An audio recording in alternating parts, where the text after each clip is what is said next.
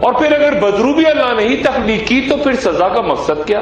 گویا ایک معمہ ہے نہ سمجھنے کا اور نہ سمجھانے کا۔ اور جب یہود و نصارہ رسول اللہ صلی اللہ علیہ وآلہ وسلم سے بار بار روح سے متعلق سوال کرنے پہ اکساتے تھے، شرارت کیا کرتے تھے، تو اللہ تعالیٰ نے قرآن کریم میں ارشاد فرمایا کہ کہہ دیجئے روح میرے رب کا امر یعنی حکم ہے، اور تمہیں یعنی انسان کو اسرار کائنات کے بارے میں جو علم دیا گیا ہے وہ بہت تھوڑا ہے۔ اس کا مطلب یہ ہے کہ روح کے بارے میں ہماری تحقیق کی کوئی حیثیت نہیں، لیکن اس کے بارے میں اللہ کا حکم یا امر ربی کیا ہے اس کو سمجھنے کی اسلام میں علماء نے بڑی کوشش کی۔ نہ صرف ماضی و حال بلکہ مستقبل میں آخر الزمان یا اینڈ آف ٹائم کو سمجھنا اس موضوع پہ بحث کے بغیر بہت مشکل ہے کہ وہی خدا کا وہ عطیہ ہے جو رسول اللہ صلی اللہ علیہ وآلہ وسلم پہ آ کے ختم ہو گیا، لیکن پھر جو رابطے کا سلسلہ رہ گیا یعنی وجدان، الہام، مراقبہ، خواب، غور و خوض، عقل، وہی اس پوسٹ انٹرنیٹ دور میں جب یہ جدید ترین سائنس آخر زمان سے پہلے ہمارا ساتھ چھوڑ جائے گی، ٹیکنالوجی اپنے عروج تک پہنچ کے انسان کو پھر زوال کی پسیوں تک دھکا دے گی، تو پھر یہی بنیادی سوال جنہیں آج ہم اپنی تیز رفتار زندگی میں نظر انداز کر رہے ہیں، جو کہ اصل بنیادی حقیقت ہیں، لیکن ہمیں احساس نہیں کہ شاید یہ گفتگو ہمیں مطمئن کر سکے، کیونکہ اگلے دور میں قیامت سے پہلے یہی رابطوں کے سلسلے ہوں گے یعنی پوسٹ انٹرنیٹ دور میں۔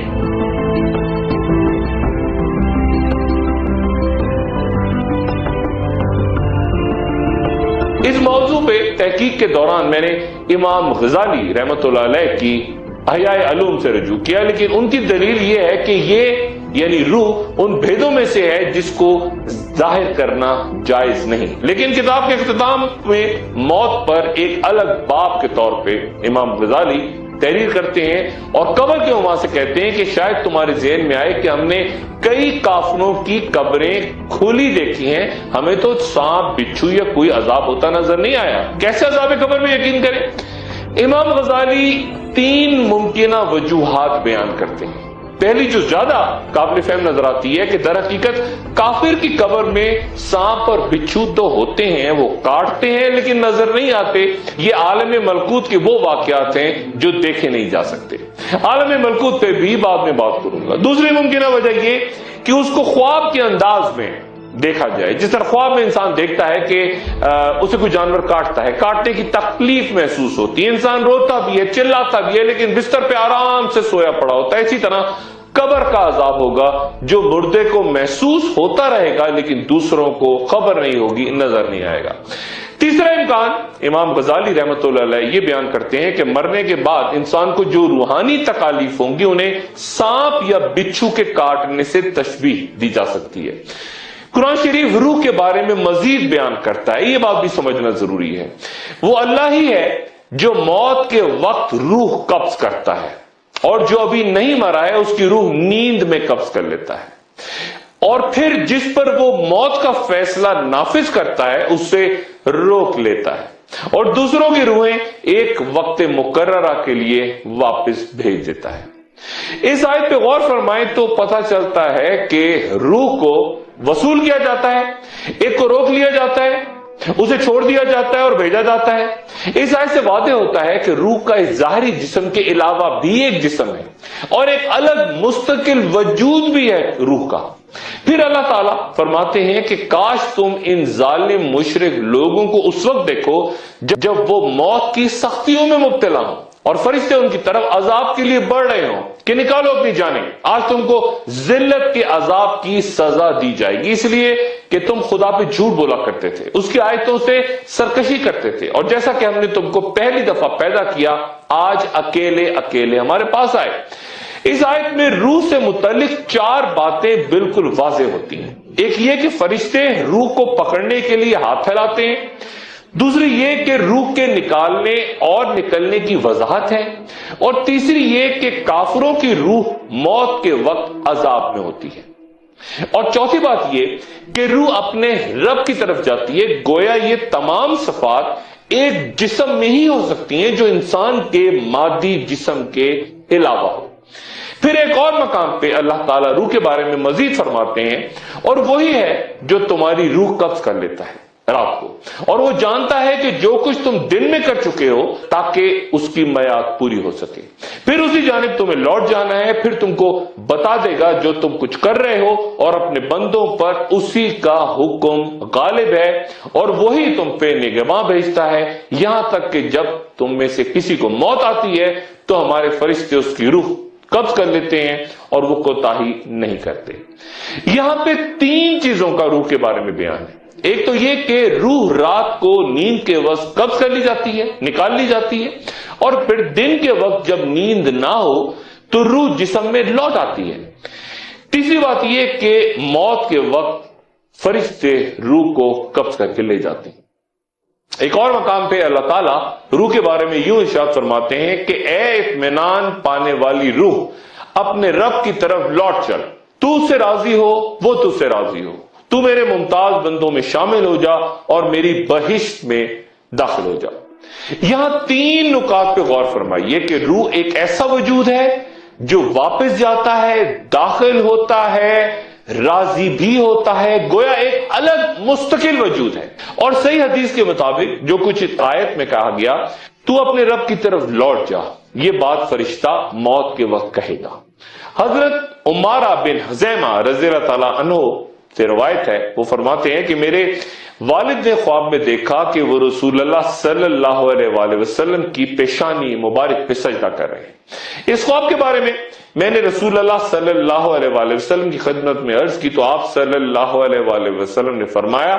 یعنی روحیں نیند میں ایک دوسرے سے ملاقات کرتی ہیں۔ حضرت طلحہ بن عبید رضی اللہ تعالیٰ عنہ نے رسول اللہ صلی اللہ علیہ وآلہ وسلم کو اپنا واقعہ سنایا کہ وہ آبادی سے دور اپنے مال کے سلسلے میں گیا اور رات حضرت عبداللہ بن عمرو بن حرام رضی اللہ تعالیٰ عنہ کی قبر کے پاس گزاری تو قبر سے ایسی حسین کرت سنی کہ اس سے زیادہ حسین کرت میں نے کبھی نہیں سنی تھی۔ تو آپ صلی اللہ علیہ وآلہ وسلم نے فرمایا کہ جس کی آواز میں تلاوت تم نے سنی وہ عبداللہ تھے، کیا آپ کو معلوم نہیں کہ اللہ تعالیٰ نے ان کی روحیں قبض کر کے ان قندیلوں میں رکھی ہیں جنہیں جنت کے درمیان لٹکا دیا گیا ہے، چنانچہ جب رات ہوتی ہے تو ان کی روحیں ان کی طرف لوٹ جاتی ہیں، طلوع فجر تک روحیں شب بھر ان کے پاس رہتی ہیں، یہاں تک کہ جب فجر طلوع ہوتی ہے تو روحیں اپنے اصل مقام کی طرف لوٹ جاتی ہیں جہاں پہلے تھی۔ ایک وقفہ اور وقفے کے بعد دوبارہ حاضر ہوتا ہوں۔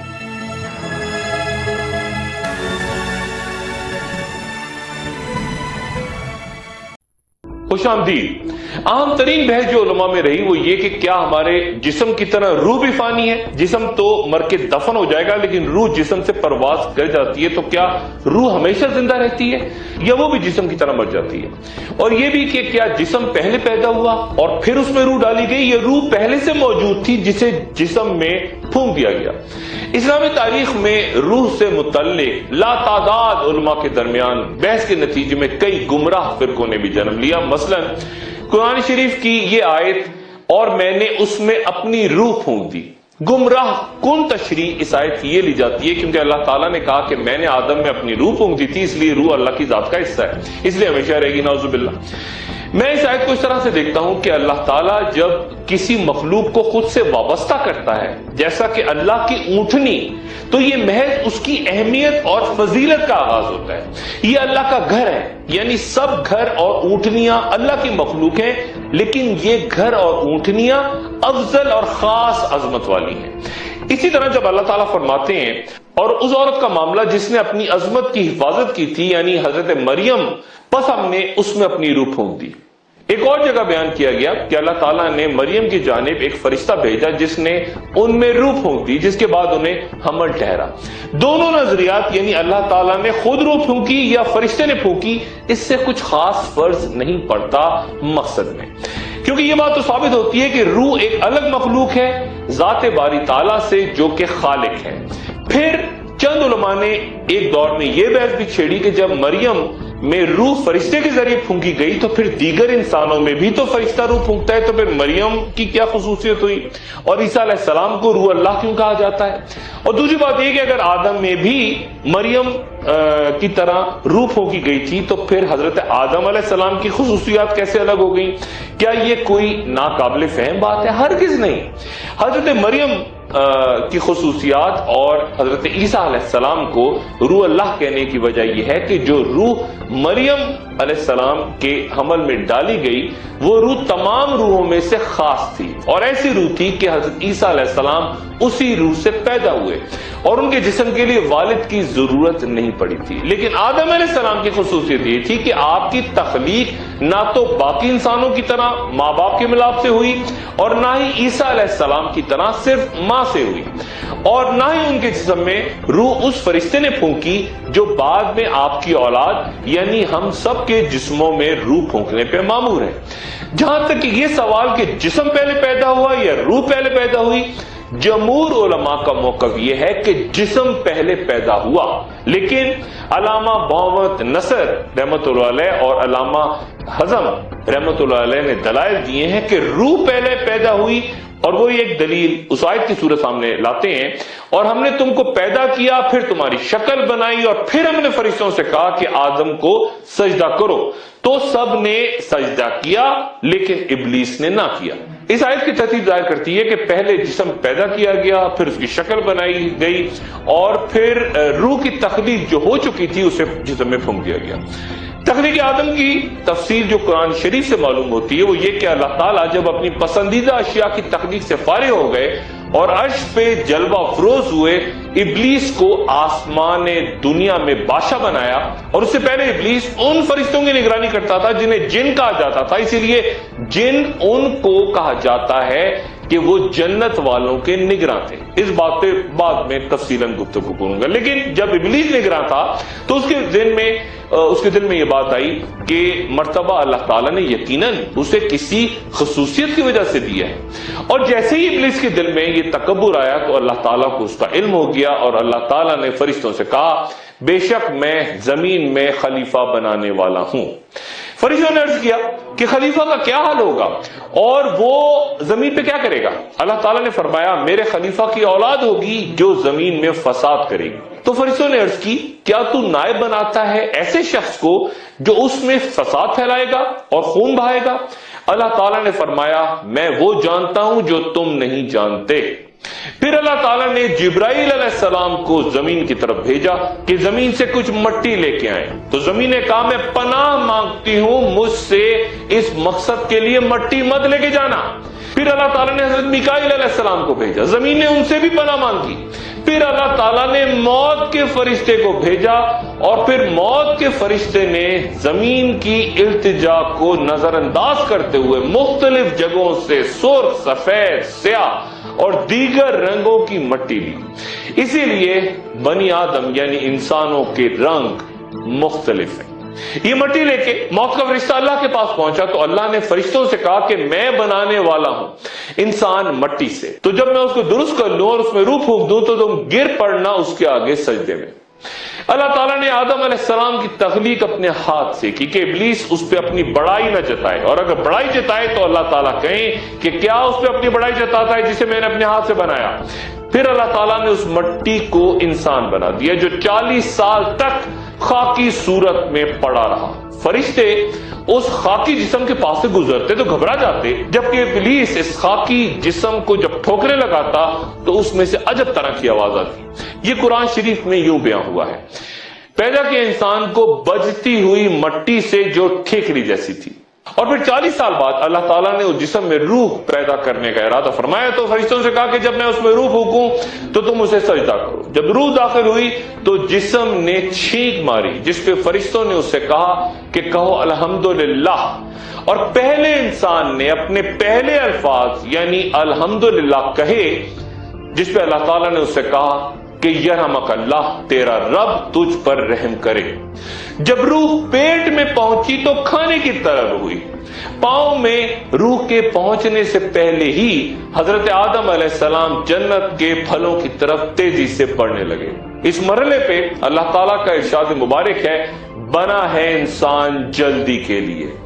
حضرت آدم علیہ السلام کی تخلیق کی تفصیل سے یہی معلوم ہوتا ہے کہ روح جسم کے بعد تخلیق ہوئی۔ اگر روح پہلے سے موجود ہوتی تو فرشتوں کو انسان کے جسم کی تخلیق پہ حیرت نہ ہوتی اور نہ گھبراہٹ ہوتی، کیونکہ روح کے پہلے سے موجود ہونے پر یقیناً انہیں علم ہوتا کہ ایک اور مخلوق وجود پذیر ہونے کو ہے جس کی روح یہاں رکھی گئی ہے۔ گویا جمہور علماء کا عقیدہ یہ ہے کہ روح جسم پیدا ہونے کے بعد وجود میں آئی۔ یہ تذکرہ بھی کرتا چلوں کہ کیا روح کو موت آئے گی؟ یہ بہت عام سوال ہے، یا صرف بدن کو آئے گی؟ اس میں علماء کی ایک جماعت کہتی ہے کہ روح کو بھی موت آنی ہے، جیسا کہ کہا گیا کل نفس ذائقۃ الموت، یا پھر یہ کہ ہر شے فنا ہونے والی ہے سوائے اس ذات کے۔ جبکہ علماء کا دوسرا گروہ یہ کہتا ہے کہ روح پر موت طاری نہیں ہوگی، صرف جسم پر، بدن پر طاری ہوگی۔ اور دلیل وہ یہ دیتے ہیں کہ اگر روح کو بھی موت آ جائے گی تو پھر وہ تمام احادیث جو روح کا جنت یا جہنم میں ہونا یا پھر نعمتوں یا عذاب میں ہونے کا ذکر ہے، اس کی وضاحت کیسے ہوگی؟ اگر روح کو ہی موت آ گئی تو انعام کا حقدار ہونا یا عذاب میں گرفتار ہونا، اس کا بات کا تو تصور ہی ختم ہو جائے گا۔ نہ جسم ہوگا نہ روح، تو جنت یا جہنم میں کون ہوگا؟ پھر ایک اور عام ترین آیت پر غور فرمائیے، اے محمد صلی اللہ علیہ وآلہ وسلم، جو اللہ کی راہ میں مارے گئے انہیں مردہ خیال نہ کرنا، بلکہ وہ اپنے رب کے پاس زندہ ہیں، ان کو روزی ملتی ہے۔ اللہ نے جو ان کو اپنے فضل سے عنایت کیا ہے اس پر بڑے مگن ہیں، اور جو ان کے پیچھے ان کی طرف خوشیاں مناتے ہیں وہ ابھی ان میں شامل نہیں ہوئے۔ یہ آیات شہیدوں کے بارے میں، جن کے بارے میں کہا گیا کہ وہ زندہ ہیں، انہیں رزق دیا جاتا ہے۔ یقیناً وہ زندگی اور رزق روحوں کو ہی دی جا رہا ہے، جسم پہ تو موت آ چکی۔ کسی اگلی نشست میں عالم برزخ، اور اس صحیح حدیث پہ بھی بات کروں گا جہاں رسول اللہ صلی اللہ علیہ وآلہ وسلم نے فرمایا کہ انبیاء کے جسموں کو زمین نہیں کھاتی، اور آپ صلی اللہ علیہ وآلہ وسلم کی ملاقات شب معراج آسمانوں پر انبیاء سے ہوئی تھی، تو پھر ہم صرف یہ کیوں کہتے ہیں کہ حضرت عیسیٰ علیہ السلام کو زندہ آسمان پر اٹھایا گیا؟ باقی انبیاء بھی تو تھے جن سے ملاقات ہوئی، لیکن دوبارہ تذکرہ حضرت عیسیٰ علیہ السلام کے نزول کے بعد امام مہدی کی امامت میں نماز تھا۔ حضرت امام مہدی 7 سال رہیں گے اور ان کی حکومت عرب میں قائم ہوگی، لیکن اس کے بعد حضرت امام مہدی کو ایک اور بڑی جنگ کا سامنا ہوگا، بڑی جنگ کا، اور وہ جنگ ہوگی یاجوج اور ماجوج سے۔ ایک وقفہ، اور وقفے کے بعد دوبارہ حاضر ہوگا۔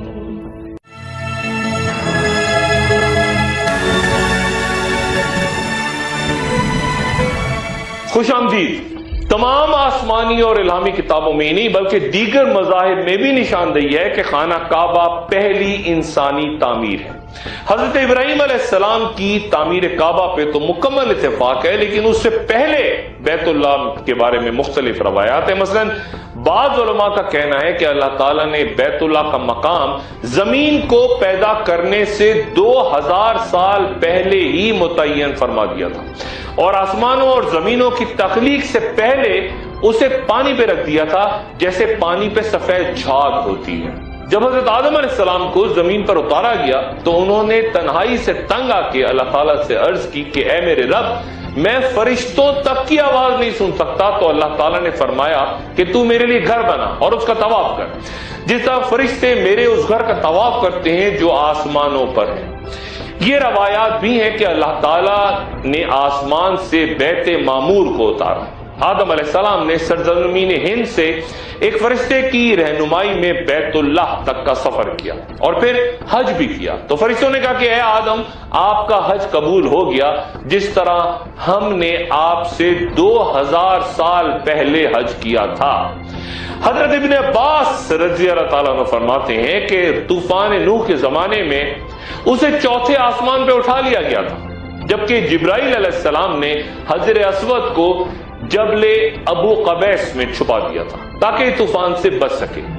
خانہ کعبہ کی بنیاد 5 پہاڑوں کے پتھروں سے رکھی گئی۔ یہ بابرکت پہاڑ